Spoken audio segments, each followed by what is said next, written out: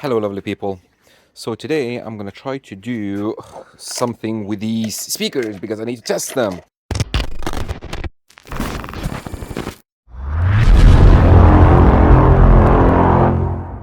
So first order of business was I made a list. It shows the inner diameter, outer diameter, and the thickness of the flange like this. So for example, this one, mid 3.5 is this one. Inner is 76 by 2. So everything is millimeters because I'm in the UK, so apologies for the American folks.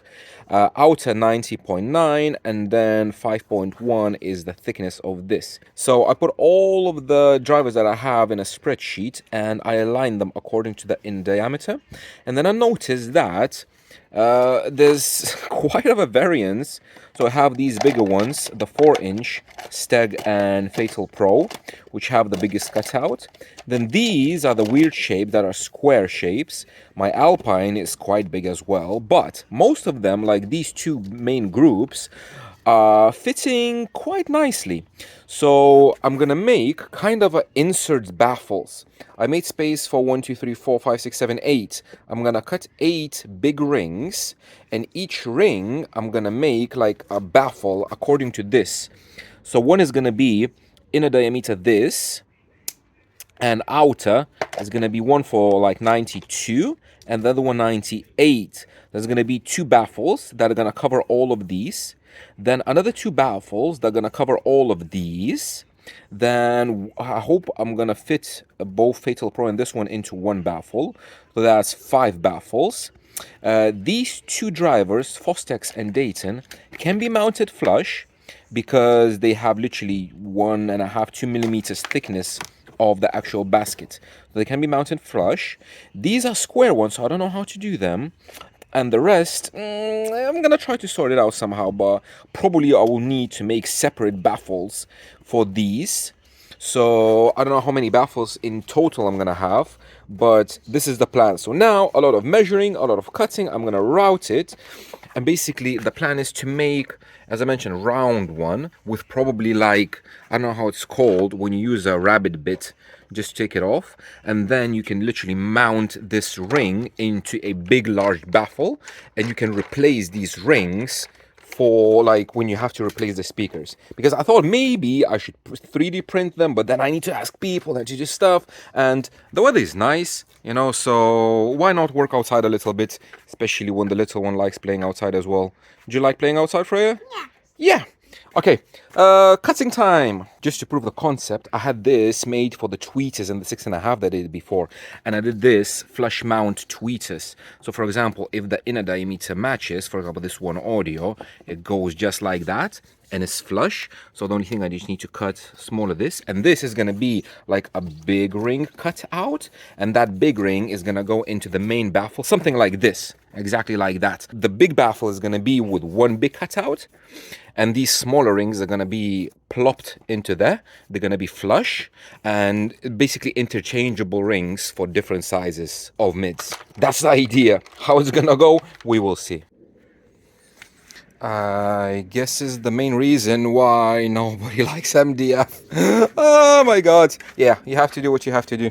So I have 8 templates. So this is basically a plug that's going to go into the main baffle. And from this side is going to be flush mounted for all individual drivers. So yeah, I have 8 templates. I hope it's going to be enough because I really don't want to make any more of these. But yeah, fun times. So I finished making 2 of the rings that would accommodate 9 different drivers. So for example, this one, this is the biggest one that I have from those. And you can see it is, I just need to put it in, flush. All perfect. I just need to make a chamfer from the back. So that's this. This is the same internal diameter, but different outside. So it's slightly smaller. And you can see it fits perfectly. So with this, I can test already 9 drivers. And the rest, I'm gonna make these 2 for these, and this one. And then for the rest, we're gonna see. Okay guys, this is next week and I need some wood, so I need to make the IC baffle or whatever. So I ran out because the wood that I had, I used it for the Honda project. So now I just need to buy some MDF. Okay guys, plywood or MDF? What should we buy? So plywood is obviously more structurally stable and is like more prone to flex. However, since I need to route it, I think it's going to be much easier to route MDF compared to plywood. So I think I'm going to go with the MDF sheet.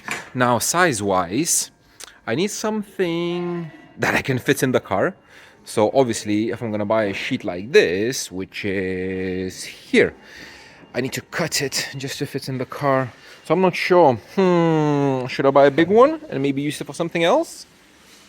Or should I buy a smaller one so it'll be just enough for my testing? Yeah, I'm gonna buy the whole sheet because I will have more projects coming. I'll have more stuff to do. So I'm gonna use it eventually.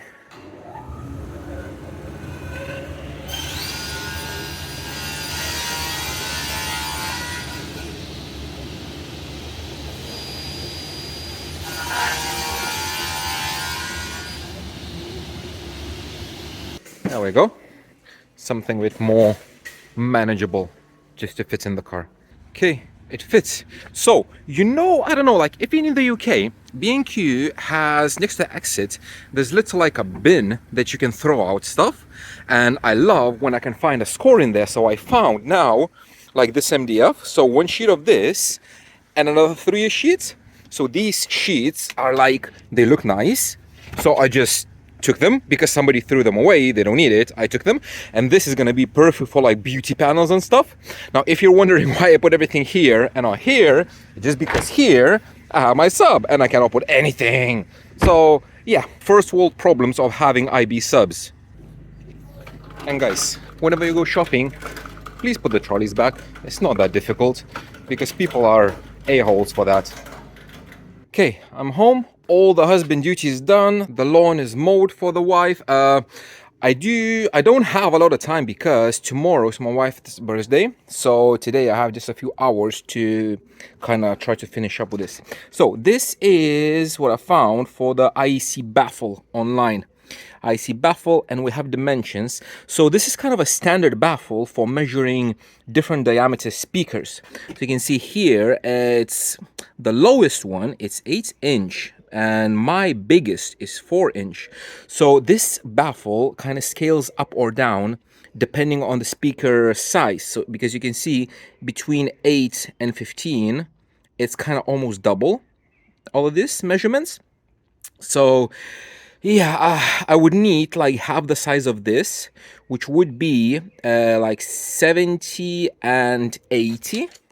And I do have 80 and 120. So my baffle is slightly bigger.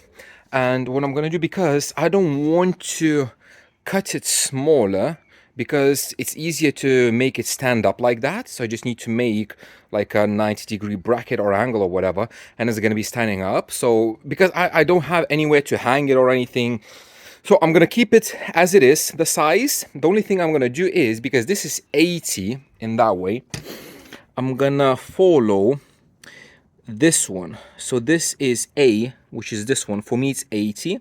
And this is 1/6, so kind of double. So I'm going to follow this, the 10-inch speaker, just for these measurements. Because you can see it's not in the center, it's somewhere offset. So I'm going to follow these 10-inch measurements, and I'm going to offset that. And I would imagine it's going to be somewhere like there. Something like this, the hole. So it's not going to be ideal IEC baffle, but it's going to be something similar, because the purpose of this offset is to make sure that none of the distances from each side are going to be the same. So all the distances are different, to make sure that the baffle refraction, or whatever it's called, is not like multiplying and not interfering with the measurements. So before I'm going to cut the actual board, I'm going to practice on these, because I practice every cut, and only then I'm going to do that. I do have 3 of these boards, so if I'm going to mess it up, I have another 2 tries. But yeah, wish me luck. The practice cut went very, very well, if it's ideal. And we do have, come on, 10. And this is, yeah, spot on. 10. Everything is perfect. So now I can cut into the big baffle. And just as I finished this, kind of starting to rain again. Man, this UK weather. Okay, I found this base was gonna be something like this, just to stand it up. I had these pieces of wood from, I don't know, from a skip I took. I think they were making stairs or something. So it's gonna be just scraps. So another one up, and the board is gonna be like 90 degrees straight, and it's not gonna fall, I hope. And the proof of concept, okay, let's try this. So this one is going in like that, which is,